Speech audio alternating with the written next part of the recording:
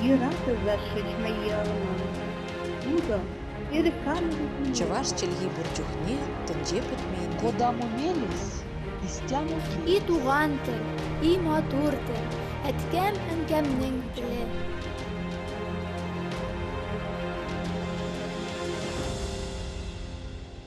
Исәнмесез, сіз Татарстан 24 каналында туған тел тапшыруын қарайсыз. Сезнең белән Гөлүсә Сыңгатуллина.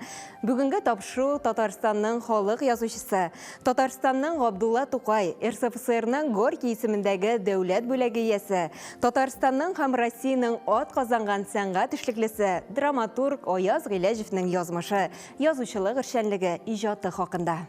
Менә мин «Ягыз бирдыга» дигән әсәремне төгәлләдем. Анда сүз 40 ел элек булган вакыйгалар турында бара. Әсәрдә телгә алынган һәр кеше өчен, һәр вакыйга үз башымнан үткән. Үткәнемә һәм тарихка хилафлык кылмыйча, үзем кабул иткән дөреслекне сурәтләргә омтылдым. Чөнки кеше зурмы, кечкенәме, аның тарихка үз мөнәсәбәте, үз аршыны бар. Аяз Гыйләҗевнең фикер тирәнлеге, сүзнең тәмен тоеп язуы, сөйләве таң калдыра. Аяз ага искиткеч, талантлы һәм гаять үзенчәлекле әдипләребезнең берсе ул. Аның тормыш юлы да бик гыйбрәтле, шуңа әсәрләре дә тирән, эчтәлекле. Ул 1928 елның 17 гыйнварында Сарман районы Чукмарлы авылында укытучылар гаиләсендә дөньяга килә. 1945 елда Сарман урта мәктәбен тәмамлый. Берникадәр вакыт авылда, районда эшли. 1948 елда Казан университетының тарих-филология факультетына укырга керә. Тик репрессияләр шаукымы иҗади студентларны да читләтеп үтми. Аяз артык кыю сүзле булуы аркасында укуыннан куыла һәм ирегеннән мәхрүм ителә. 1950 елның мартыннан 1955 елның августына кадәр кыен сөргенлек шартларында ташчы, бетончы, бригадир һәм десятник булып эшли. Казанга әйләнеп кайткач, Гыйләҗев университетта укуын дәвам итүгә ирешә. Аны уңышлы гына тәмамлап чыга. 1951-1961 елларда матбугат эшенә керешә. Шаян, Азат хатын, Совет әдәбияты журналларында эшли. 1961-1963 елларда Мәскәүдә югары әдәби курсларда укый һәм язучылык эшенә баш аягы белән чума. Аяз ага жаны тәне белән милләтенә бирелгән. Аның тарихи фаҗигасын, гел кыерсытылып килүен аңлаган, халыкның горыф-гадәтләрен, холкын, тирән катламнарын күз аллап әсәрләрендә чагылдырган шәхес. Ул татарның бәхетле милләтләр сафына атлавын теләгән. Шуның өчен көрәш, аң белем, мәгърифәт югарлыклары кирәклеген гел тәкрарлап торган әдипләрнең берсе иде. Дип яза әдип турында әдәбият галиме Тәлгать Галиуллин. Чыннан да, милләтенә эше, күңеле, жаны белән хезмәт иткән, халкына мәхәббәтен буыннарга тапшырдай әсәрләре аша җиткергән әдипләребез безнең өчен җылы кояш та, адашканда юл күрсәтүче маяк та. Аяз Гыйләҗевнең кайсы гына әсәрен алып карама, төп герой сыйфатында кешелек алдында үзен җаваплы хис иткән миһербанлы, олы йөрәкле шәхесне табарга була. Аның өчен иң мөһиме туган җир, туган туфрак, туган тел. Аяз абый,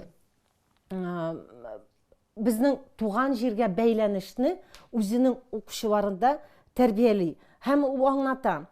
Туган ил ул сәясәт системасы белән бәйле түгел. Александр I мында, Николай I, Антроповмы, Хрущевмы мында утыра. Туган җир ул сиңа ата-бабаңнардан бүләк ителгән байлык. Һәм син аның белән файдаланып кына яшәргә тиеш түгел. Син аның өчен әле җаваплык тоеп яшәргә дип, ул менә чаңкага бу үзенең әсәрләрендә. Язучының геройлары артында конкрет кешеләр яшеренгән, гомумиләштерелгән, уй-хыял нигезендә туган образлар түгел алар, ә милләт, туган ил өчен янып яшәүче кешеләр. Аяз абыйның геройлары матур татар телендә сөйләшәләр. Ул бик мәкальләр белән, фразеологизмнарга бай тел ул. Һәм безнең өчен бу үрнәк тел. Һәм шуның өчен мин бүгенге методистлар белән мин гел дискуссиягә керәм. Алар бүген безнең мәктәптәге программаларны шишендерәләр. Азат итәләр менә мондый әсәрләрдән. Мин менә үзем рус мәктәбендә укыган бала булып, минем татар телем ипилек тузлыгы уңае. Һәм минем телем үсте, менә бу әсәрләрне укый. Һәм мине сорау борчый, ни өчен әле без үзебезнең балаларыбызны Менә бу байлыктан бүген программаларны төзи мәхрүм итәбез. Ни өчен без шундый менә җитди сорауларга җавап биргән әсәрләрдән программабызны, мәктәбебезне азат итәбез. Шунысы төгәл билгеле. Аяз ага Гыйләҗев киләчәкне тәгаен фаразлаучы шәхес булган. Әсәрләренең инде ничә дистә еллар узгач та актуальлеген югалтмавы, аларда бүгенге көн вәзгыяте сурәтләнүе шушы хакта сөйли лабаса. Без бүген күрәбез инде дә, без дөнья кешесе дип балаларны тәрбиялибез. Туган ил турында җаваплыкны кем тоя? Менә мине бүген борчый, безнең яз көне кырларга, басуларга кем чыгар? Biz хезмәт кешесен тәрбияләдекме? Бүтән кеше матур яшәргә омтыла, ак воротниклар кияргә омтыла. Менә Аяз абыйда күп менә бу җиргә хөрмәт һәм җир кешесенә хөрмәт уята бу әсәрләр. Аның хезмәтенә мәдхия итеп яңгырый. Без бу хәзер әсәрләрне имеш бүгенге балаларга алу тормышы кызык түгел дип юк итәбез. Миләүшә ханым әдәбият белгече буларак Аяз Гыйләҗевнең әсәрләрен яшь буын белергә, укырга тиеш дип кат-кат ассызыклады. Килешми мөмкин түгел. Бөек классигыбыз иҗаты һәр вакыт игътибар үзәгендә булсын.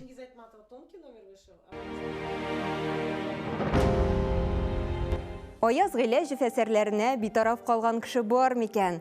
Аның әдәби мирасы искиткеч зур. Күпчелек повестлары авыл тормышына багышлана. Аларда сугыш чоры һәм сугыштан соңгы еллардагы татар авыллары, аның гади эшчән, авыр сынауларга дучар ителгән халкы сурәтләнә. Әхлак, тәрбия мәсьәләләре, мәхәббәт, гаилә, намус төшенчәләре яктыртыла. Гыйләҗев әсәрләре Совет хакимияте чорының сәнгатьчә тарихы, ахыр чиктә аның ни өчен җимерелеп төшүенең сәбәпләрен тирән итеп аңларга ярдәм итә торган әдәби елъязма. Килер буыннар бу әсәрләргә еш мөрәҗәгать итәрләр әле, чөнки аларның кыйммәте бүгенге көн белән генә шикләнми. Тәнкыйтьче Фуат Галимуллинның әлеге фикерләре белән килешми мөмкин түгел. Аяз абый еллар үтсә дә популярлыгын югалтмый. Ул проза өлкәсендә зур казанышларга ирешә. Моңа дәлил итеп язгы кәрваннар һәм җомга көн кич белән повестларын атауда җитә. Шунда ук әлеге әсәрләрдәге геройлар күз алдына килеп баса. Язгы кәрваннардагы Ибраһим һәм Дамирның өчкерсезлеге, авырлыклардан курыкмаулары, нинди генә кыенлыклар булса да, мәхәббәт дигән изге хискә тугры калулары сыкландыра. Җомга көн кич белән әсәрендәге Бибинур исә изге күңелле ак әби булып күз алдына килеп баса. Әдип үзен драма әсәрләре язып та танытты. Аның «Шикәрем син, балым син», «Ялан аяклы кыз», «Көзге ачы җилләрдә», «Ки каз юлы» пьесалары буенча куелган спектакльләре тамашачылар тарафыннан айруча да яратып кабул ителде. Авторның драма әсәрләре генә түгел, прозасы да театр сәхнәләрендә куелып тора. Шундыйлардан Камал театры репертуарындагы «Әтәч менгән читәнгә», Тинчурин театры афишасындагы «Өч аршын җир» повестларын атарга мөмкин. Туфан Миңнуллин әйткәнчә, әдәбиятта Аязның урыны шактый төгәл билгеләнгән. Аның иҗаты еллар үтү белән татар укучысы өчен генә түгел, башка халык вәкилләренә дә кызыклы була бара. Әсәрләре башка телләргә тәрҗемә ителеп, чит илләрдә дә таралыш ала. Меңләгән тираж белән сатыла, бәхәсләр уята. Хәзерге вакытта Аяз Гыйләҗев әсәрләре төрки, төрек һәм венгр телләренә тәрҗемә ителгән. Миләүшә Мөхәммәтҗан кызы Аяз аганың берничә әсәре генә халык телендә. Тик төрле сәбәпләр аркасында күләгәдә калган, игътибар җитеп бетмәгән әсәрләре дә бар дип саный.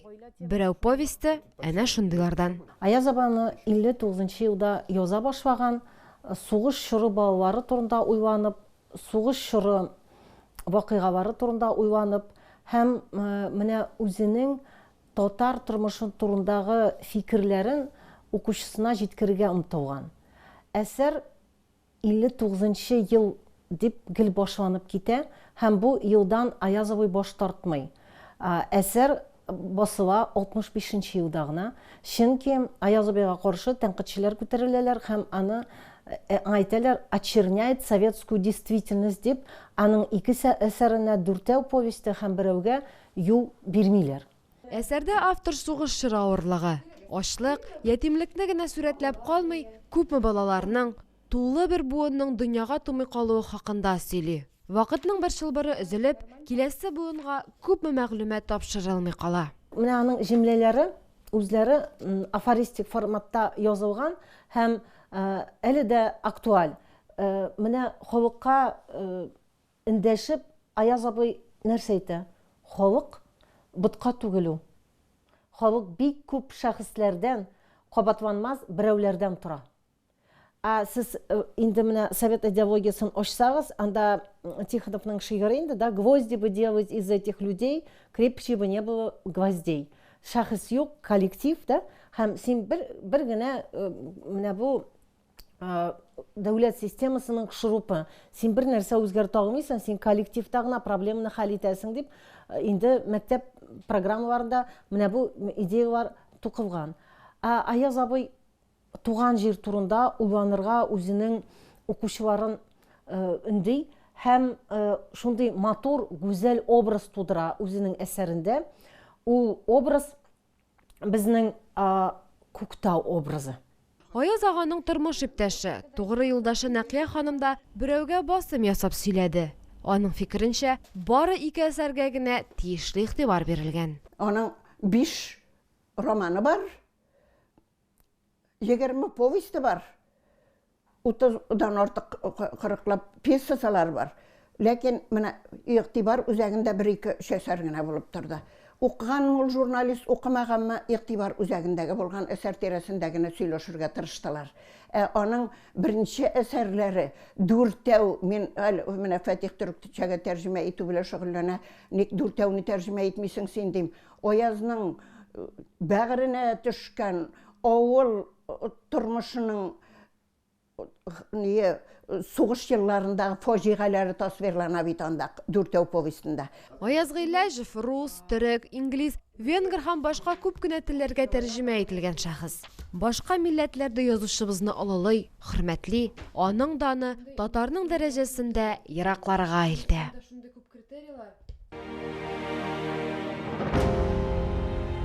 Аязның һәр вакыт үз фикере бар иде. Үзенчә язды, үзенчә редакцияләде. Ул гадәти язучы түгел иде. Миңа гомер буе әнисе, син миннән гадәти кеше ясама, мин гадәти кеше түгел дип әйтә килде. Бер вакыт җитәкләшеп базарга чыктык. Кайтышлый миннән. Базарда нәрсәләр күрдең инде дип сорый. Бәрәңге, ит, фәлән тигән дип санап киттем. Мин монда бер романлык нәрсәләр күрдем, тормышны аңладым. Син өстән генә күрәсең дип җавап бирде Аязым. Аяз Гыйләҗевнең тормыш иптәше Нәкия ханым ире турындагы истәлекләр белән шулай яратып, шаярып бүлешә.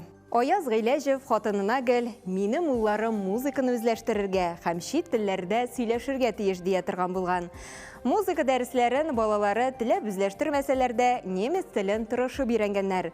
Хезмәт хакым немец теленнән репетитор ялларга китеп бара иде, дип искә ала Нәкия ханым. Аяз Гыйләҗев үзе исә немец телен тоткынлыкта өйрәнгән. Авторның тоткынлыкта булуы сез генә үтмәгән. Иреккә чыккач та озак еллар Гыйләҗевкә кырын карашларны тоярга туры килгән. Язмаларын бер кайда бастырмаганнар. Шарасызлыктан язучының кайбер хикәяләре хатыны Нәкия Гыймадиева исеме белән дөнья күргән. Язучының хәтта язу стәлдә булмаган, тик бу аңа бөек әсәрләр тудырырга комачауламаган. Ул шкафның күтәртмәле ишеген төшереп, шуны өстәл урынына кулланган. Ишек сыгылмасын өчен астан башына чүпрәк бәйләнгән таяк терәтә торган булган. Гыйләҗевләр гаиләсендә иң кыйммәтле әйбер булып язу машинкасы саналган.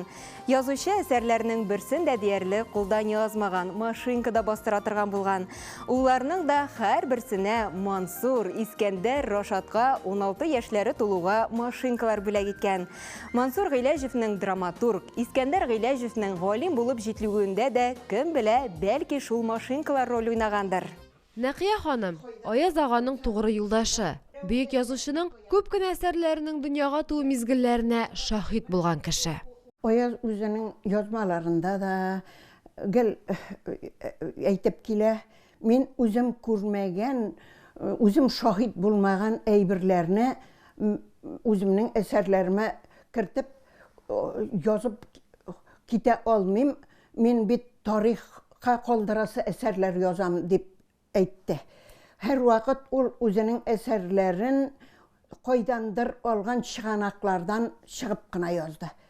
Аяз мәсәлән менә әсәрләрен язганда мин укыйм да бу әсәрдә Аяз үзе бит дип Аязны күрәм.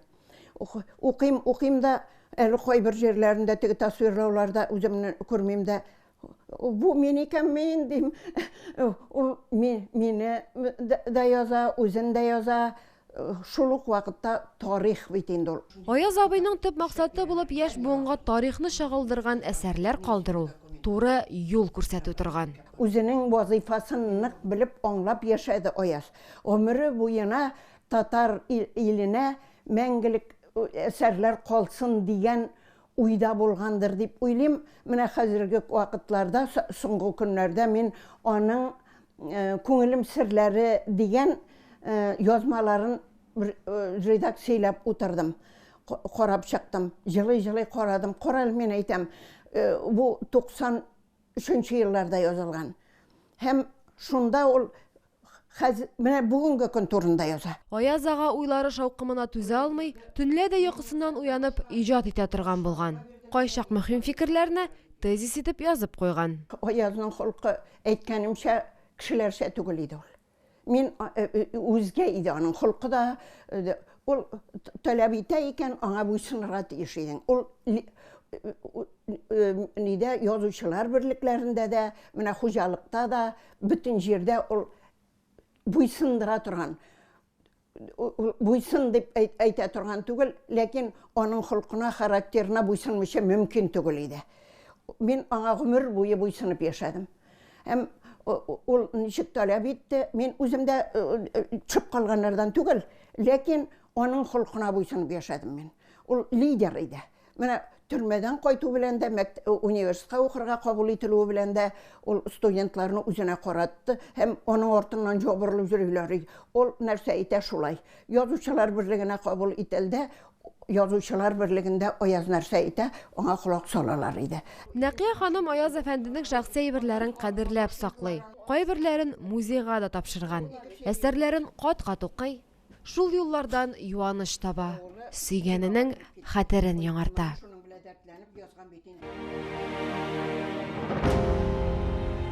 Сүзләр. Кеше яшәешендә һәрбер айрым сүзнең нинди олы әһәмияткә ия булуына без күп чакта игътибар да биреп тормыйбыз. Сүзләрнең һәр кайсын үлчәп, тәмен белеп, бөтен ләззәтен тоеп сөйләргә безнең вакытыбыз җитми. Без яшәргә ашыгабыз. Без алтын сүзләрне, алмаз бөртеге сыман бәһасыз сүзләрне булай узышлый гына эш пышканнан бодай кибәгә очырган сыман очыртабыз. Аяз Гыйләҗевнең әтәч менгән читәнгә сәрендә язган әлеге сүзләрне тормыш шигары итеп алырга һәм шуның белән гомер буе атларга була. Чыннан да сүзнең көче, әһәмияте искиткеч зур. Милләтебезнең бөек язучылары шул сүзләрнең кадерен, тәмен арттыралар. Шуның белән дә алар безгә бик кадерле. Шушының белән тапшыруыбыз ахырына якынлашты.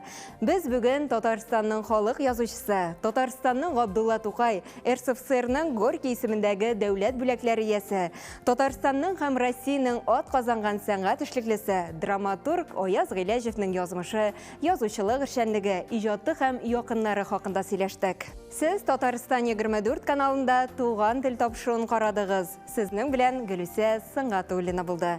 Сау булыгыз, киләсе очрашуларга кадәр.